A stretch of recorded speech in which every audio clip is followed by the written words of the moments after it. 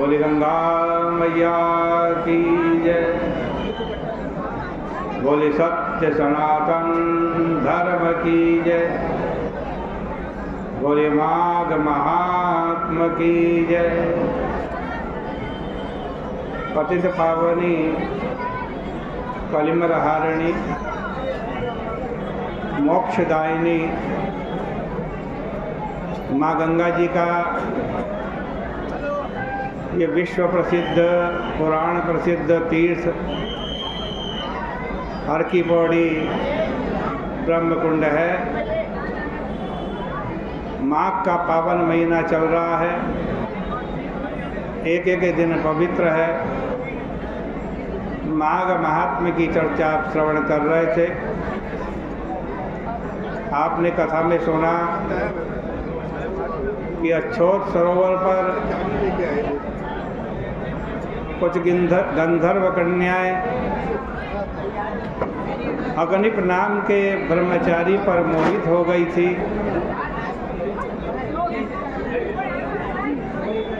परंतु जब ब्रह्मचारी ने उनके प्रणय को प्रेम को स्वीकार नहीं किया और कहा अभी मैं ब्रह्मचर्य आश्रम में हूँ, अभी मैं विवाह नहीं कर सकता, तब ये पिशाचनी के समान उसको चिपटने लगी।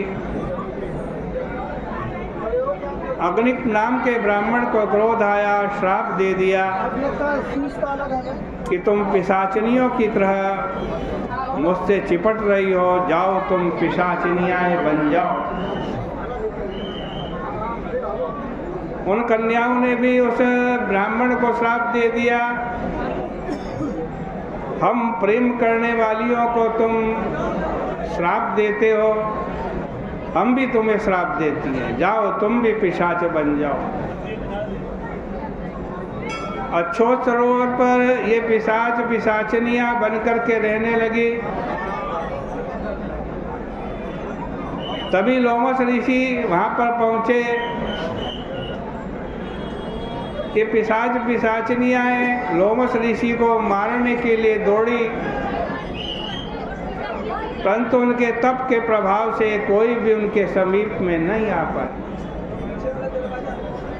उसी समय अग्निप नाम के ब्राह्मण के पिता, जिनका नाम वेदनिधि है,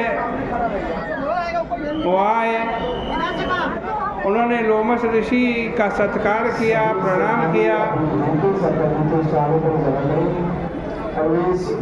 और लोमस ऋषि को पूर्व वृत्तांत सारा बतलाया।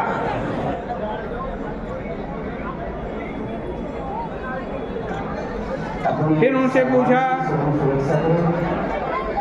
कि महर्षे कथ्यतां धर्म मुच्यतां येन बालका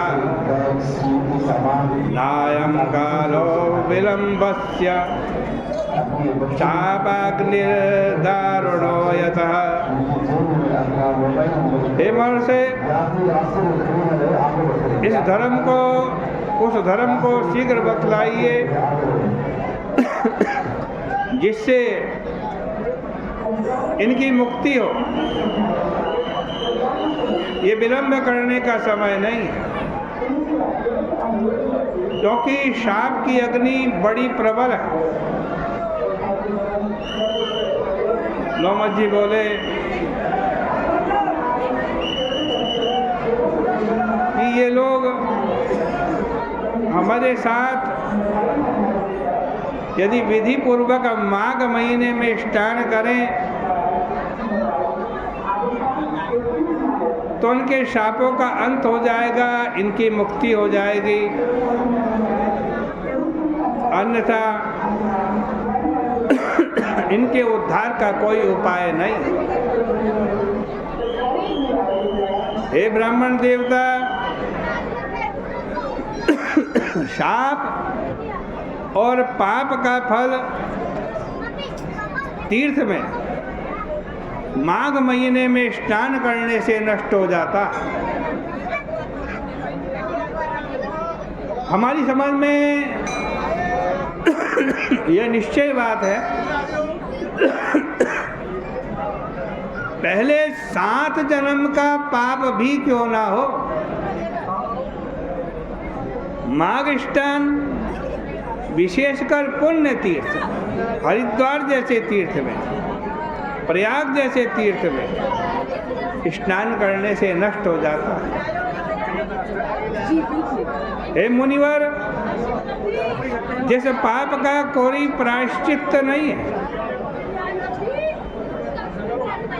वो पाप भी माघ के महीने में पुण्य तीर्थ में गंगा जी में स्नान करने से नष्ट हो जाता।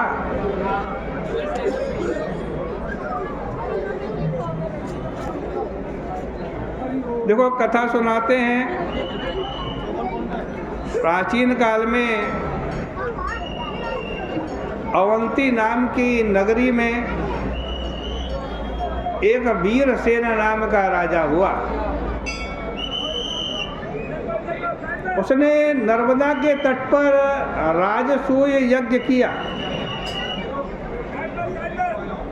उसने 16 अश्वमेध यज्ञ किए।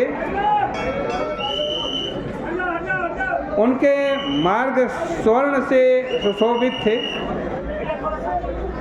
एवं स्वर्ण के आभूषणों से यज्ञ मंडप भी शोभायमान था।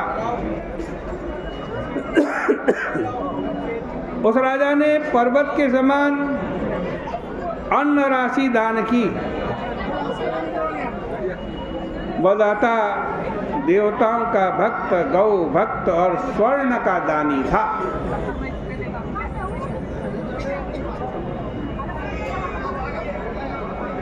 एक भद्र नाम का ब्राह्मण था।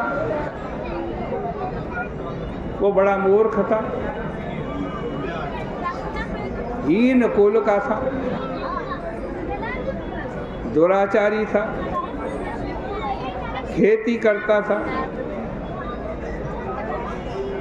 और सभी धर्मों से बहिष्कृत था। वह कृषि कर्म से उद्विग्न हो गया। तब उसने बंधु बांधव ने उसको घर से निकाल दिया। वो भूख से पीड़ित घर से निकला और ज्योतिषियों के साथ प्रयागराज को चला आया। माघ महीने का दिन था, एकादशी की तिथि, माघ महीने की कल एकादशी की तिथि। 3 दिन तक उसने माघ के महीने में स्नान किया। 3 दिन प्रयाग में स्नान करने से वह निष्पाप हो, सब ब्राह्मणों में उत्तम हो गया। तब प्रयाग से चलकर वहाँ आया जहाँ से गया था।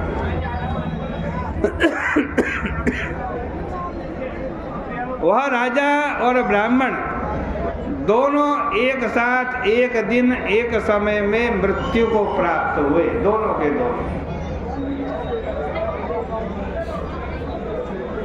मैंने दोनों को इंद्र के निकट देखा, ब्राह्मण को भी और उस राजा को भी। तेज, रूप, बल, स्त्रियां, विमान, आभूषण, कल्पवृक्ष के पुष्पों की माला, नृत्य और गीत, ये सब सामग्री उन दोनों की समान थी, बराबर थी।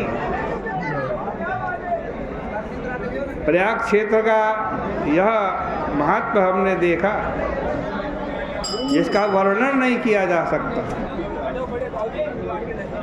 हे विप्र, गंगा यमुना के संगम में माघ स्नान करने से राजसूय यज्ञ के समान फल लाभ होता है।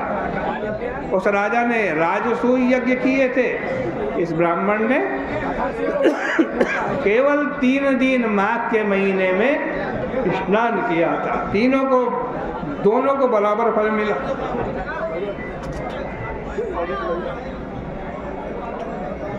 अरे माघ मास की वायु गंगा यमुना के जल का स्पर्श करके यदि आपके अंग में भी स्पर्श कर जाए तो उससे भी सारे पाप भस्म हो जाते हैं। फिर जो गंगा जी में स्नान करता है उसका तो क्या कहना। माघ स्नान सब पापों को नष्ट करता है और राजसूय यज्ञ जैसे पुण्य के फल को देता है। अरे